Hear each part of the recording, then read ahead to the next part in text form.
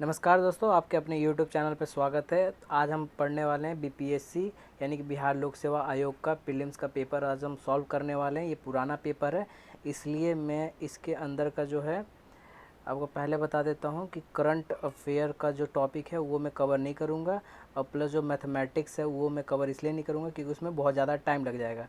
150 question में से कम हम 140 के करीब क्वेश्चन सॉल्व करने वाले हैं। तो बने रहिए हमारे साथ और हमारे चैनल को कर लीजिए सब्सक्राइब, फैमिली में जुड़ जाइए ताकि डेली के डेली आप लोगों को अपडेट मिलते रहे।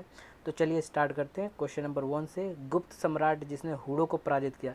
आप सभी को पता है कि हुड जो इंडिया में आए थे उनको किसने पराजित किया, तो उनको जो है स्कंद गुप्त ने पराजित किया था। ठीक, तो इसका राइट आंसर जो है सी है। अजात शत्रु के वंश के थे। अजात शत्रु कौन से वंश के थे, तो ये हर्यक वंश के थे। ठीक है ना। मगध की प्रारंभिक राजधानी, सबको पता है मगध की प्रारंभिक राजधानी जो थी वो राजगृह थी। ठीक, और मैं आपको और बता दूं, अगला क्वेश्चन, तृतीय बौद्ध सभा किस स्थान पर बुलाई गई। देखिए, तृतीय बौद्ध सभा पाटलिपुत्र में बुलाई गई। ठीक, सारनाथ में, बोध गया में और तक्षशिला में कोई सभाएं नहीं हुई थी बौद्ध की 4 काउंसिल हुई थी। वैसे 6 काउंसिल हुई थी, 6, लेकिन इम्पोर्टेंट जो है 4 काउंसिल। पहला जो है राजगीर में हुआ था। ठीक, दूसरा जो है वैशाली में हुआ था। ठीक, और तीसरा जो है पाटलिपुत्रा में हुआ था, और चौथा जो है कुंडलवन, कहाँ, कश्मीर में हुआ था। राइट। अगर आप पूरा डिटेल में और जानना चाहते हैं तो जाके जो है मेरे चैनल पे बौद्ध के चारों जो है काउंसिल्स के वीडियो देख लीजिए।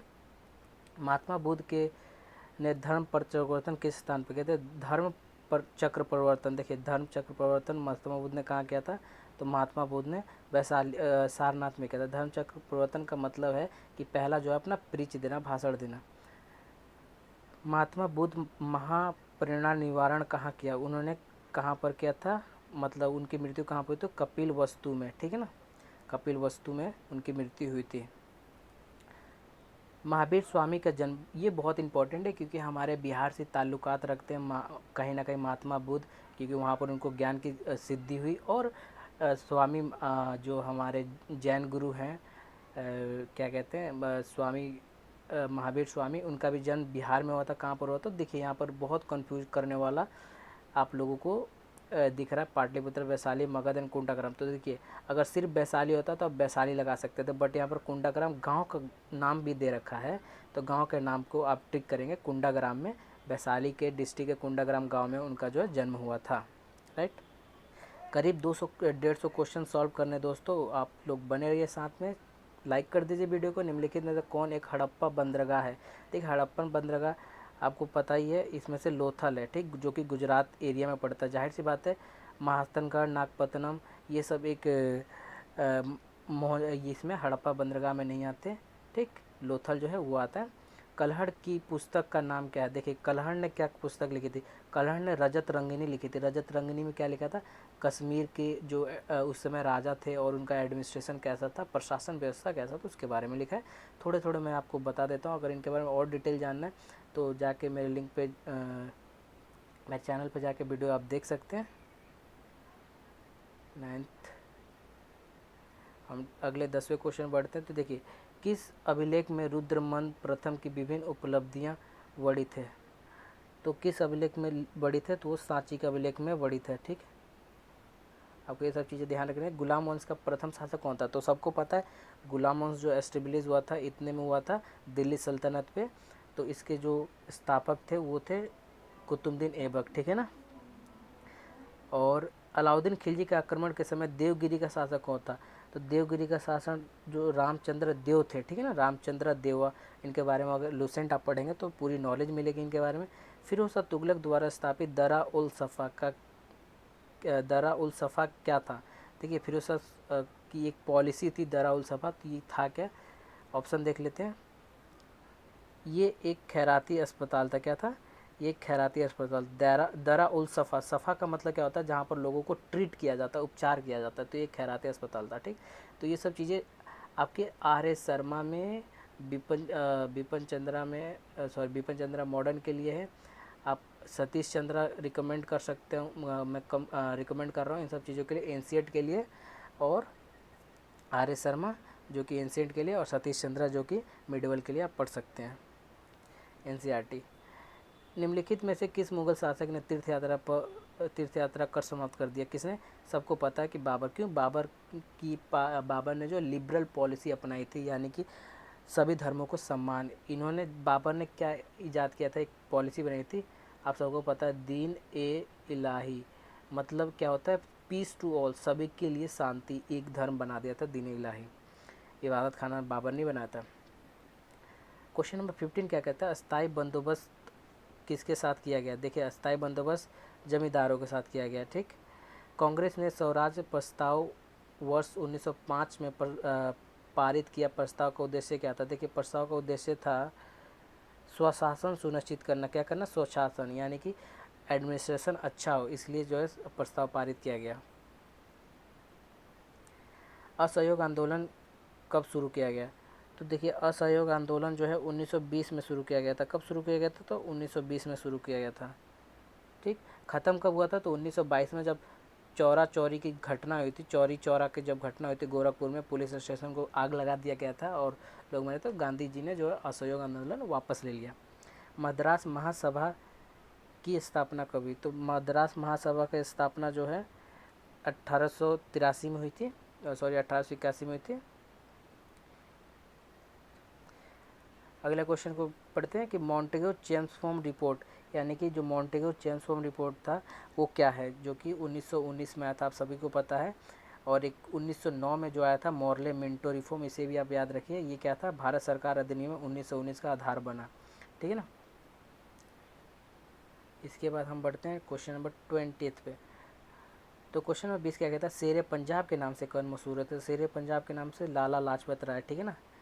आप लाल, बाल एंड पाल का नाम तो आपने सुना होगा, इन सब चीज़ों को आप ध्यान में रखिए, ठीक। स्वराज्य मेरा जन्मसिद्ध अधिकार है एंड मैं इसे पाकर रहूँगा, ठीक। Birth is my birth right, I shall have it, किसने कहा था? तो ये कहा था हमारे बाल गंगाधर तिलक ने, ठीक। इसके बाद हम अगले क्वेश्चन पढ़ते हैं 22 question number. National council of education की स्थापना कब हुई? नेशनल काउंसिल ऑफ एजुकेशन की स्थापना जो है 15 अगस्त 1905 को हुई थी, राइट। भारतीय पुनः जागरण आंदोलन के पिता किसको कहा जाता है? तो पुनः जागरण आंदोलन का पिता जो है राजा राम मोहन रॉय को कहा जाता है, ठीक है ना। किसको कहा जाता है? राजा राम मोहन रॉय को कहा जाता है। गांधी इरविन समझौता कब हुआ था? तो गांधी इरविन पैक्ट जो हुआ था वो 1931 में हुआ था, ठीक है ना। जो गोल मेज सम्मेलन जो है, गोल मेज सम्मेलन जो हुआ था उसके पश्चात ही जो है ये किया गया था, ठीक है ना। तो आप सब चीज़ों को ध्यान में रखना। मैं थोड़ा थोड़ा इसलिए बता रहा हूँ ताकि आप जो है रिकॉल कर सके चीज़ों को। पूरा जब बताने बैठूंगा तो बहुत ज़्यादा टाइम लग जाएगा, और इतना हमारे पास टाइम नहीं है। हमारे पास 140 क्वेश्चन है, उनको डील करना है। लाइक कर दीजिए, शेयर करिए, कमेंट करिए दोस्तों। अगर गलतियाँ होता है तो मैं उसे ज़रूर सुधारूंगा। क्वेश्चन नंबर 25, निम्नलिखित में गोलमेज सम्मेलन 1932 में कौन सा? 1932 में जो है गोलमेज सम्मेलन कौन सा था? तो ये था तीसरा गोलमेज सम्मेलन, ठीक है। 1930 से ही गोलमेज सम्मेलन जो है स्टार्ट हो गया था, 1930-31 के मध्य। प्रार्थना समाज के संस्थापक कौन थे? देखिए, प्रार्थना समाज के जो संस्थापक आत्माराम पांडुरंग, ठीक है ना। ये जो है महाराष्ट्र में स्टार्ट हुआ था, ठीक। भारतीय राष्ट्रीय कांग्रेस के प्रथम अधिवेशन में कितने प्रतिनिधित्वों ने भाग लिया? 52 ने भाग लिया, ठीक। आप सभी को पता होगा, नहीं पता तो आप और पढ़ लीजिए, कोई दिक्कत नहीं है। स्वतंत्र भारत के पहले राष्ट्रीय गवर्नर जनरल थे?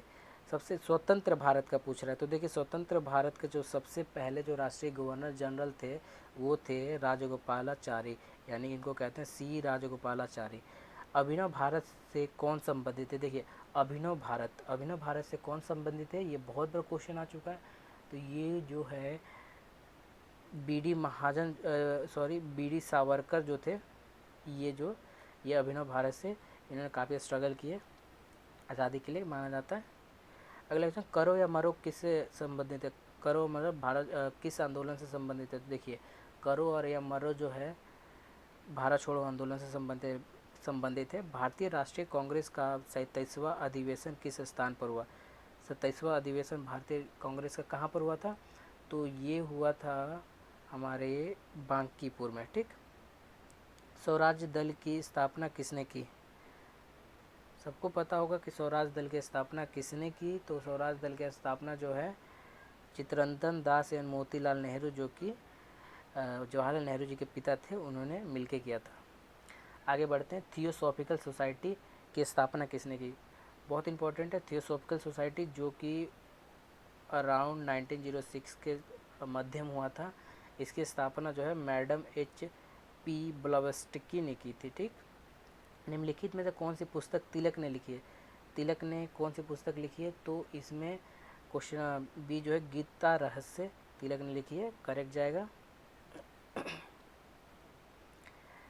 क्वेश्चन नंबर 35, अमृतसर एवं शिमला लगभग एक ही अक्षांश पर स्थित हैं, परंतु उनकी जलवायु में भिन्नता है। क्यों भिन्नता है? उनकी ऊंचाई के कारण, सबको पता है। भारत का अधिकतम गेहूं उत्पादक राज्य कौन सा? उत्तर प्रदेश है। ठीक, भारत में किन राज्यों में सबसे ज़्यादा गन्ना उगाया जाता है? तो यूपी और बिहार में। ये जाहिर सी बात है, आप बीपीएससी कर रहे हैं तो बिहार के जियोग्राफिकल कंडीशन हिस्ट्री आप लोगों को पता रहना चाहिए।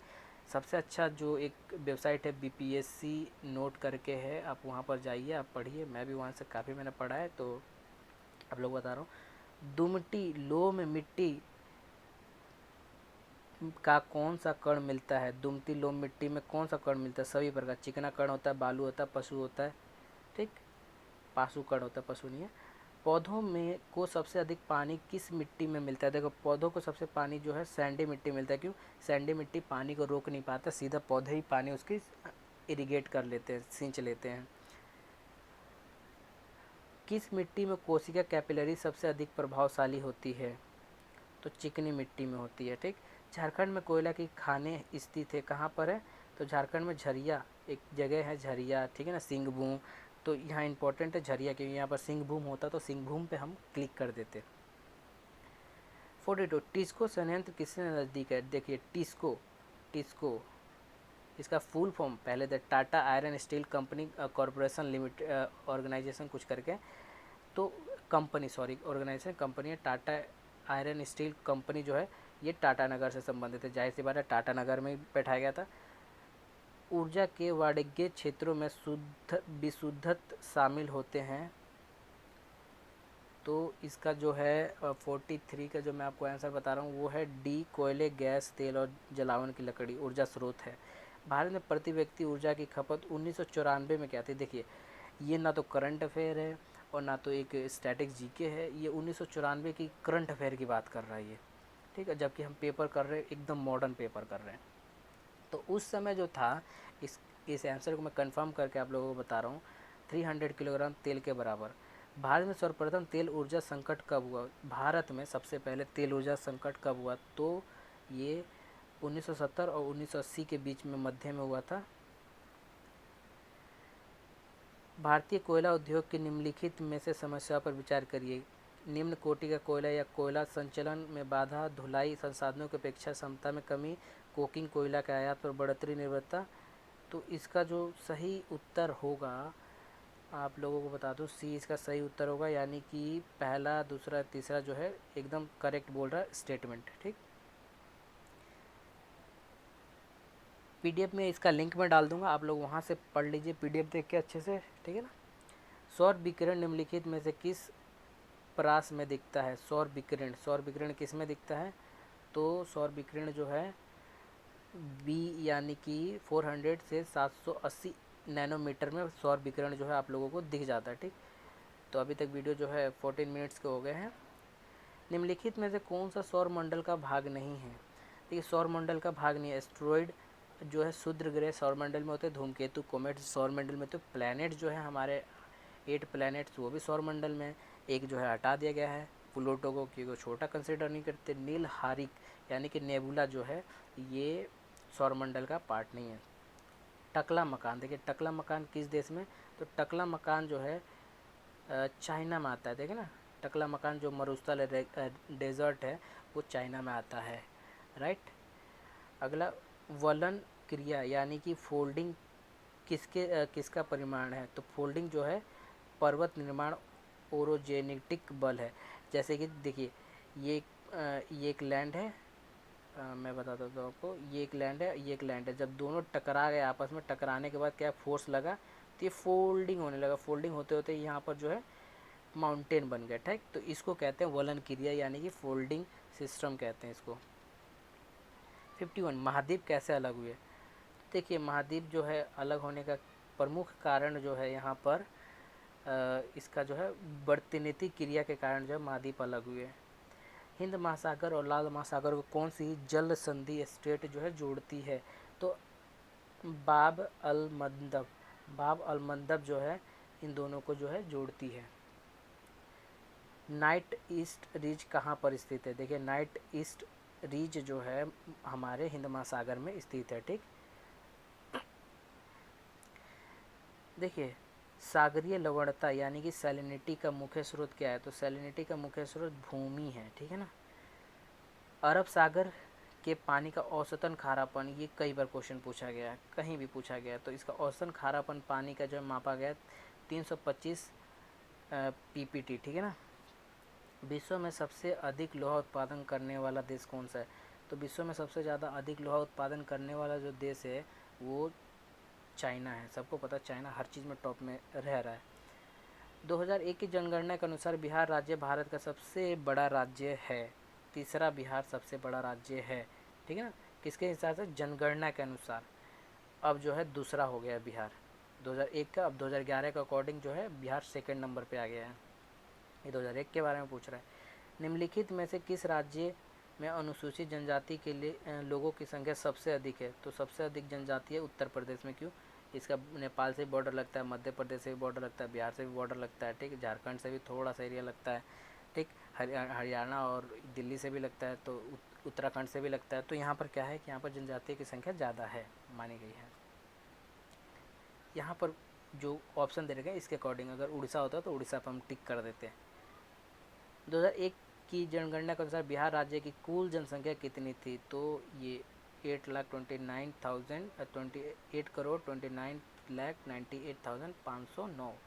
2011 की जनगणना में फोटो, उंगली के निशान और आँख की पुतली आइरिस प्रतिचित्रित करने के लिए किसी व्यक्ति की न्यूनतम आयु क्या होनी चाहिए, तो न्यूनतम आयु 15 होनी चाहिए, ठीक है ना। यानी कि आधार कार्ड बनाने की बात कर रहा था 2011 के अकॉर्डिंग, ठीक। आगे क्वेश्चन पे मूव करते हैं। प्रांतीय सरकारों का गठन निम्नलिखित में से किस अधिनियम के तहत किया गया। प्रांतीय यानी कि प्रोविंशियल जो सिस्टम था वो, अब प्रोविंशियल जो एडमिनिस्ट्रेशन किसके अंडर आया था, तो ये अधिनियम 1935 में आया था। भारतीय संविधान में शामिल है, संविधान की बात कर रहा तो संविधान में जो शामिल है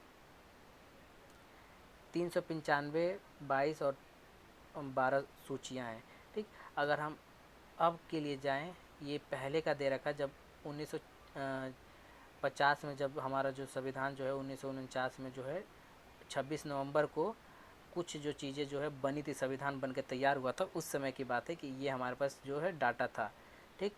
और जो हमारा संविधान लागू हुआ था वो 26 जनवरी को लागू हुआ था 1950 में। लेकिन अब जो फ़िलहाल में है करंट में 448 आर्टिकल हैं यानी कि अनुच्छेद हैं, 25 जो है पार्ट हैं यानी कि भाग हैं, और 15 जो 12 है ना यहाँ पर, तो हाँ 12 जो है अनुसूचियाँ हैं यानी कि शेड्यूल हैं, ठीक। पर यहाँ पर जो है 8 होना चाहिए था अगर पुराने हिसाब से देता, तो पता नहीं ये आंसर कैसे दे रखा है, एक बार आप कंफर्म कर लीजिएगा। 63 देखते हैं। वीडियो 18 मिनट का हो गया। आप लोग बने रहें, लाइक शेयर एंड सब्सक्राइब कर ले दोस्तों, ताकि मोटिवेट करें मुझे और नए नए अपडेट्स देने के लिए। संविधान को 26 जनवरी के दिन लागू करने का निर्णय इसलिए लिया गया क्योंकि कांग्रेस ने स्थिति को 1930 में स्वतंत्रता दिवस के रूप में मनाया था। बिल्कुल सही बात है, इसका ए ही आंसर होगा। क्यों, जवाहरलाल नेहरू ने 1930 में 26 जनवरी 1930 में रावी नदी लाहौर, ठीक है ना, रावी नदी लाहौर में इन्होंने स्वराज की घोषणा की थी कि अब हम आज़ाद होंगे। आप चीज़ों को याद रखना है, सिर्फ आपको स्टैटिक्स नहीं याद रखना, आपको क्यों, आपको रीज़न याद रखना है, क्योंकि आप प्रशासन में जाने वाले हैं। 64 भारतीय संविधान द्वारा प्रदत्त निम्नलिखित में से कौन सा अधिकार गैर नागरिकों को भी उपलब्ध है। देखिए गैर नागरिकों का कौन सा अधिकार जो उपलब्ध है, तो संवैधानिक निराकरण का उद्धार, ठीक है ना, यानी कि उनको भी रेमेडीज़ मिलेंगे अगर वो इंडिया में आते हैं तो। निम्नलिखित में से कौन सा मानव अधिकार संविधान के अंतर्गत मौलिक अधिकार भी है? मानव अधिकार बट मौलिक अधिकार भी है। देखिए, तो राइट टू एजुकेशन जो है, शिक्षा का अधिकार जो है ना, वो आपका मौलिक अधिकार भी है। कब किया गया था? तो ये 2002 में ऐड किया गया था कॉन्स्टिट्यूशन में,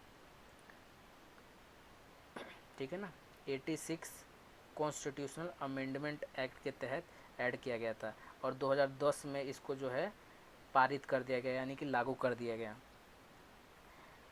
इसके बारे में डिटेल में चर्चा चाहते हैं तो कमेंट जरूर करें। भारतीय संविधान के संशोधन करके शिक्षा का अधिकार कब जोड़ा गया? देखिए, शिक्षा का अधिकार 1 अप्रैल 2010 में जोड़ा गया। जैसे मैंने बोला कि ऊपर वाला जो है उसी का 86 अमेंडमेंट के बारे में क्वेश्चन किया, फिर उसका नीचे एलोबरेट क्वेश्चन कर दिया। राज्यसभा में होते हैं सदस्यों की संख्या पूछा, तो राज्यसभा में देखिए 250 सदस्य, जिनमें से 12 भारत के राष्ट्रपति द्वारा मनोनीत किए जाते हैं, ठीक है ना। राज्यसभा की बात कर रहे हैं ये। अगर आपने राज्यसभा, लोकसभा, पार्लियामेंट का मेरा वीडियोस नहीं देखा तो आप जाइए चैनल पे और देख लीजिए, पूरा मैंने वीडियो डाल रखा। कॉन्स्टिट्यूशन का पूरा पार्ट मैंने सीरीज स्टार्ट किया हुआ है, आप वहाँ से देखिए, हिंदी और इंग्लिश दोनों में है, ताकि आप सभी को हर एक लैंग्वेज में समझ आए। राष्ट्रीय सुरक्षा समिति का प्रधान कौन होता है? तो राष्ट्रीय सुरक्षा समिति सबको पता है, प्रधानमंत्री प्रधान होता है। किस अनुच्छेद के अनुसार भारत के राष्ट्रपति द्वारा राष्ट्रीय काल आपात की घोषणा की जा सकती है? तो अनुच्छेद 352, ठीक है ना, 352, 356 और 360। 360 में जो कि हमारा वित्त आपात आता है, जो कि अभी तक नहीं लगा। 356 में जो कि हमारा जो है प्रेसिडेंट रूल, यानी कि राज्य आपात आता है, जो बहुत स्टेट में लगा है। और 352 जो है हमारा बाहर से कोई आक्रमण वगैरह करते हैं, यानी कि देश में आपात लग जाता है।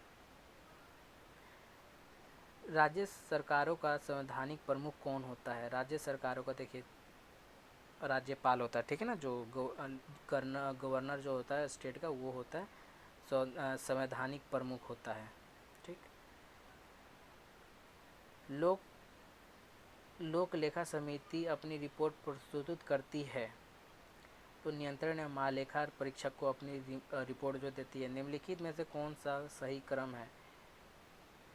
सही नहीं है। तो धन विधेयक की शुरुआत राज्यसभा में होती है।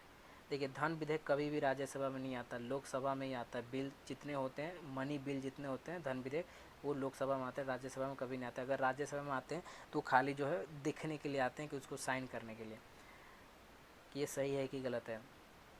73 निम्नलिखित में से कौन सा सही नहीं है? तो यहाँ पर बी जो है, सर्वोच्च न्यायालय देश की उच्चतम न्यायालय अदालत है जिसमें अपील की जा सकती है, ठीक है ना। उच्चतम न्यायालय यानी कि जो हाई सुप्रीम कोर्ट है, वो देश की सबसे बड़ी न्यायालय है। अशोक मेहता समिति यानी कि अशोक मेहता कमेटी के बारे में आप लोगों को जानते हैं, ये किसके लिए था? तो ये पंचायती राज के द्वितीय स्तर के लिए था। किसके लिए था? ये पंचायती राज के द्वितीय स्तर के बारे में बताता है कि क्या क्या होना चाहिए पंचायत में, ठीक। भारत में किस तरह की अर्थव्यवस्था है? तो भारत में मिश्रित अर्थव्यवस्था है। चल योजना, रोलिंग प्लान के बारे में स्टेटमेंट दी गई है, तो आप स्टेटमेंट एक बार पढ़ लीजिए। मैं आपको डायरेक्ट आंसर बता देता हूँ इसका स्टेटमेंट का। तो इसका जो आंसर एकदम करेक्ट है वो बी जो है, पहला और थर्ड जो है करेक्ट आंसर है। भारत में योजना आयोग की शुरुआत सबको पता है 1950 और 51 के बीच में हुआ था। खनिज मिनरल्स क्या है? खनिज मिनरल्स अकार्बनिक ठोस है, यानी कि इनऑर्गेनिक ठोस है। एक ही प्रकार का परमाणु निम्नलिखित में से किस में मिलता है? एक ही प्रकार का परमाणु जो है हमारे पास सी जो है प्राकृतिक तत्वों में मिलता है, नेचुरल चीज़ों में मिलता है। खाने का नमक NaCl किससे बनता है? तो खाने का नमक जो है देखिए मजबूत अम्ल और मजबूत क्षार से बनता है, यानी कि स्ट्रॉन्ग एसिड स्ट्रॉन्ग बेस को मिलाने के बाद बनता है। पौधे जो नमक युक्त मिट्टी में उगते हैं उन्हें क्या कहते हैं? तो उन्हें हेलोफाइट कहते हैं, ठीक है ना। जो मिट्टी में और जो डिज़र्ट में यानी कि मरुस्थल में उगते हैं उनको जीरोफाइट कहते हैं, ठीक। जो पानी में उगते हैं उनको हाइड्रोफाइट कहते हैं। ये देखिए जो चीज़ें लिखी हुई हैं ना, एकदम पतला पतला सा। हाइड्रो मतलब पानी, हेलो का मतलब जो नमक से रिलेटेड चीज़ें, जेरो मतलब जो कि पतली पतली कांटेदार चीज़ें। संवहनी यानी कि वेस्कुलर पौधों में पानी किससे ऊपर जाता है, तो पेरिस्ट के मेरिस्टीम से जाता है, ठीक है ना। सॉरी माफ़ करिए थोड़ा सा। पौधे में पानी जो है जाइलम से जाता है, ठीक है ना, जाइलम से पौधे में पानी जाता है, और फ्लोएम से जो है फूड जाता है, किससे, फ्लोएम से जो है फूड जाता है, ठीक, और जाइलम से पानी जाता है। पौधों का कौन सा भाग फूल बनने का उद्दीपन ग्रहण करता है, तो पौधे का जो है हमारे पास लीफ जो है फूल बनने का काम करता है, ठीक, उद्दीपन ग्रहण करता है। भ्रूण एम्ब्रियो किस में मिलता है, तो भ्रूण एम्ब्रियो जो है सीड में मिलता है, सबको पता है। प्रकाश संश्लेषण यानी कि फोटोसिंथेसिस कहाँ पर होता है, तो वो क्लोरोप्लास्ट में होता है, ठीक है ना। सहज प्रणाली का परिवर्धन निम्नलिखित में से कौन सा है, तो प्रणाली की स्वपाशी क्रिया। जेनेटिक्स निम्नलिखित में से किस किस का अध्ययन करता है, तो जेनेटिक्स जो है डीएनए का अध्ययन करता है, ठीक है ना, डीएनए से तैयार होता है जेनेटिक्स। मेंडल की आनुवंशिकता का सिद्धांत किस पर आधारित है, तो मेंडल का जो है लैंगिक जनन पर आधारित है। लैंगिक जनन से आनुवंशिक विचरण कैसे होता है, तो देखिए जैनिन आनुवांशिक विचरण कैसे होता है, तो ब्लेंडिंग यानी कि जीन के मिश्रण से होता है, क्रोमोसोम के बदलाव से होता है, सूफिंग से यानी कि जीन के मिश्रण से। यहाँ पर उपयोग सभी होगा। 2G स्पेक्ट्रम में जी का क्या मतलब है, जी का मतलब है generation, 2G 4G 5G generation denote करता है। जी का मतलब पर्यावरण में इन्वायरमेंट किससे बनता है, इन चारों घटकों से, तीनों घटकों से पर्यावरण में बनता है। बिहार के उद्योगों का कमिश्नर दफ्तर कहाँ पर है, बिहार उद्योगों का कमिश्नर दफ्तर जो है कहाँ पर है, तो पटना में, जाहिर सी बात पटना बिहार की राजधानी है, तो यहीं पर है। उत्तर बिहार किसके लिए प्रसिद्ध है, उत्तर बिहार सबको पता है बाढ़ के लिए प्रसिद्ध है। निम्नलिखित में से कौन सा शहर राष्ट्रीय राजमार्ग 2 पर स्थित नहीं है, तो पटना जो है राष्ट्रीय राजमार्ग 2 पर स्थित नहीं है। नहीं तो 2 पे जो स्थित है मोहनिया, औरंगाबाद, सासाराम, ये तीनों जो है स्थित है NH2 पे, जो कि बनारस से होकर आती है। बिहार में निम्नलिखित के द्वारा विमान सेवाएं उपलब्ध कराई जाती है, किसके द्वारा विमान सेवाएं उपलब्ध कराई जाती है, तो एयर इंडिया, सहारा एयरलाइंस जो कि बंद हो गई हैं, रॉयल नेपाल एयरलाइंस, ठीक है ना। इसमें कुछ चीज़ें ध्यान रखिएगा, पुराना क्वेश्चन पेपर है तो यहाँ पर दिया हुआ है। योजना आयोग ने 1993-94 बिहार के लिए गरीबी रेखा से नीचे BPL का निम्नलिखित प्रतिशत क्या रखा था, तो यहाँ पर मैं आपको बता दूँ उस समय जो प्रतिशत रखा गया था 35% रखा गया था। बिहार में यद्यपि जमींदारी सांविधिक रूप से 1952 में हटा दी गई थी, तथापि भू नियंत्रण का सामाजिक आधार निम्नलिखित के हाथों में रह गया। किसके हाथों में रह गया था, तो यहाँ पर जो है प्रधान जाति के हिंदू यानी कि जो बड़े राजपूत वगैरह थे उनके पास जो है रह गया था, उनको उनके हाथों में भूमि वगैरह रह गया था, छोटों को नहीं मिला। बिहार राज्य विभाजन पूर्व में कितने औद्योगिक क्षेत्र का विकास प्राधिकरण थे, तो उस समय पे जो है ए यानी कि 6, जतापुर, बोकारो, पटना, रांची, दरभंगा, मुजफ्फरपुर, यानी कि 2000 से पहले की बात कर रहा है जब बिहार का डिवीज़न नहीं हुआ था। बिहार की उस योजना का नाम बताएं जो निर्यातमुखी इकाइयों की स्थापना के लिए उपेक्षित उच्च स्तरीय संरचनात्मक सुविधाओं के लिए निर्माण के लिए ध्यान देती है। यहाँ पर जो है export promotion industrial park EIP, पता नहीं कैसे ये आंसर दे रखा है, इस पर तो बिहार बिल्कुल ध्यान नहीं देती, बट ये जो है इस बार क्वेश्चन पूछ रखा है तो आंसर वही राइट दे रखा है।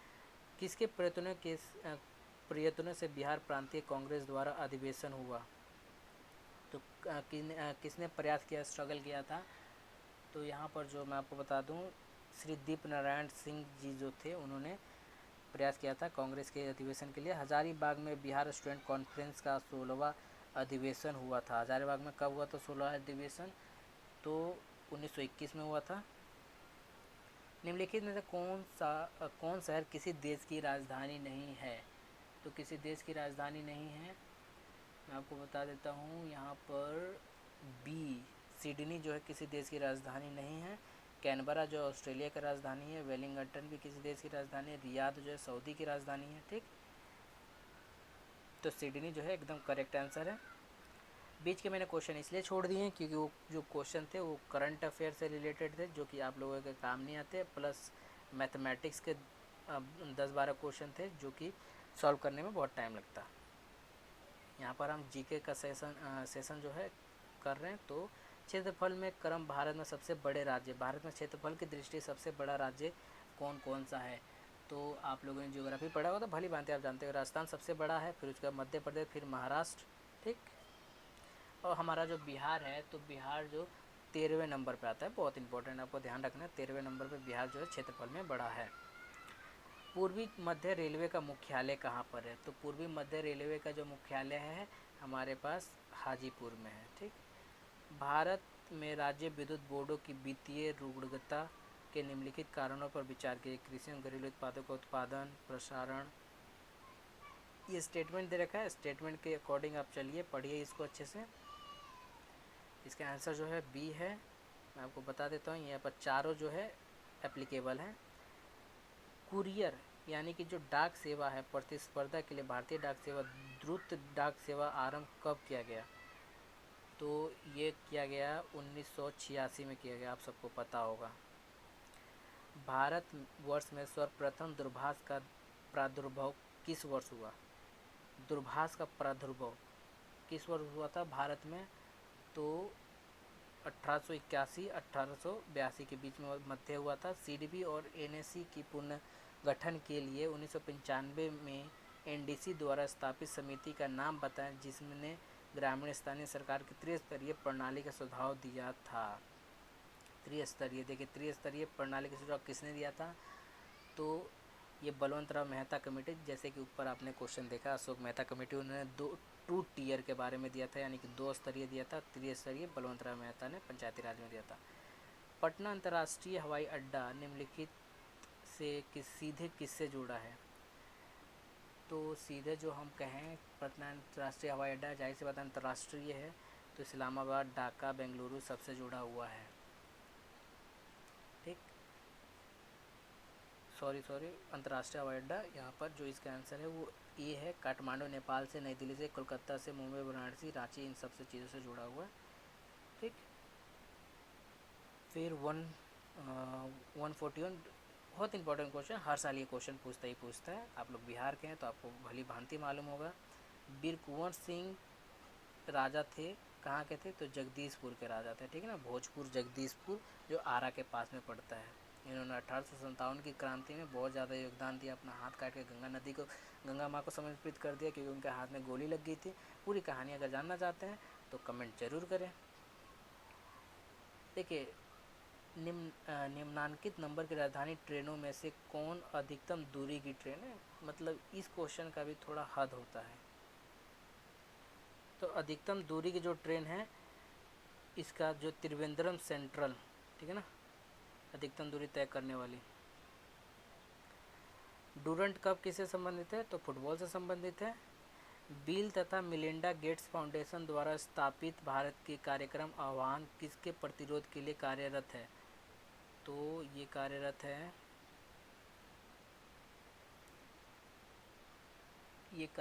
मैं आप लोगों को बता दूं कि HIV एड्स जो होता है उसके लिए कार्यरत है। HIV यानी कि ह्यूमन इम्यून वायरस जो है, ठीक है ना। और एड्स का जो फुल फॉर्म है एक्वायर्ड इम्यून डिफिशियंसी सिंड्रोम। और एड्स HIV का जो टेस्ट किया जाता है उसको क्या कहते हैं? तो एलिजा टेस्ट कहते हैं। क्या कहते हैं उसको? एलिजा टेस्ट कहते हैं। अब चीज़ों ये सब लुसेंट में चीज़ें मिल जाएंगी, स्टैटिक्स के, ज़्यादा कुछ हार्ड नहीं है। 1945 में से कौन सा शहर गंगा नदी के किनारे स्थित नहीं? 1945 सॉरी, निम्नलिखित में से किस शहर गंगा नदी के किनारे स्थित नहीं है? तो इनमें से कौन सा शहर है? तो ये फतेहपुर जो है ये गंगा नदी के किनारे नहीं है। फतेहपुर सिकरी जो है ये यमुना नदी के किनारे है, सबको पता होना चाहिए ये, जो कि अकबर की राजधानी भी रह चुकी है। कौन सा दिन डायबिटीज़ दिवस के रूप में मनाया जाता है? इसका सही आंसर है 14 नवंबर को डायबिटीज़ डे के रूप में मनाया जाता है। काहिरा का समय ग्रीनविच से 2 घंटे आगे आता है। ये स्थित काहिरा एक जगह का नाम है जिसकी समय इतने बता रहे हैं कि ग्रीनविच से 2 घंटे आगे है। तो इसका जो आंसर सही होगा 30 देशांतर, पूर्व देशांतर, अगर आप ज्योग्राफी में देशांतर और अक्षांश वगैरह पढ़ें कैसे टाइम जोन को ग्रीनविच टाइम और हमारा जो 5.5 घंटे आगे चलता है कैसे बताते हैं टाइम, तो ये आपने ज़रूर पढ़ा होगा देशांतर वगैरह में। पहली वीडियो जो है 35 मिनट हो चुका है, फटाफट इसको ख़त्म करते समाप्त करते हैं। तो अंतर्राष्ट्रीय न्यायालय का मुख्यालय कहाँ पर है? तो अंतर्राष्ट्रीय न्यायालय का जो मुख्यालय है वो द हेग, सबको पता है द हेग, हेग जो है नीदरलैंड में है, वहाँ पर अंतर्राष्ट्रीय आईसीजे का मुख्यालय है। अभी सुर्खियों में रहा है 2018-19 में, क्यों? क्योंकि जो कुलभूषण यादव थे उनका जो केस है अंतर्राष्ट्रीय, कुलभूषण यादव नहीं जाधव का जो है केस अंतर्राष्ट्रीय न्यायालय में चल रहा था, पाकिस्तान वर्सेस इंडिया। 16वें एशियाई 2010 में भारत की उपलब्धियों के बारे में सुमेलित कीजिए। भारत ने कौन कौन से स्वर्ण पदक वगैरह जीते थे, ये देखिए यहाँ पर लगा रखा है कि इनमें से कौन सा सही है, इसे मैच कीजिए कौन सा सही है कौन सा गलत है अपने हिसाब से। तो इसका जो आंसर है बी है, इस तरीके से मैच कर रखा है, देख लीजिए। और जो लास्ट क्वेश्चन है, अंटार्कटिका में भारत के तृतीय शोध का नाम क्या है? अंटार्कटिका में भारत का तृतीय शोध, भारत ने अपना तीसरा 2010 में शोध भेजा है, रिसर्च अनुसंधान वहाँ स्थापित किया, उससे पहले उसने 2 कर चुका है। तो यहाँ पर जो भारती है, ठीक है ना, तीसरा जो नाम है वो भारती है। तो आई होप कि ये वीडियो आपको अच्छी लगे तो लाइक शेयर एंड सब्सक्राइब कर लें, हमारे अपने फैमिली में जुड़ें और कमेंट करके बताएं कि कहाँ पर गलतियाँ हैं, उसे मैं रिमूव करने की कोशिश करूँगा। और दोस्तों का शेयर करें जो एस्पिरेंट है, जो प्रिपरेशन कर रहे हैं। धन्यवाद।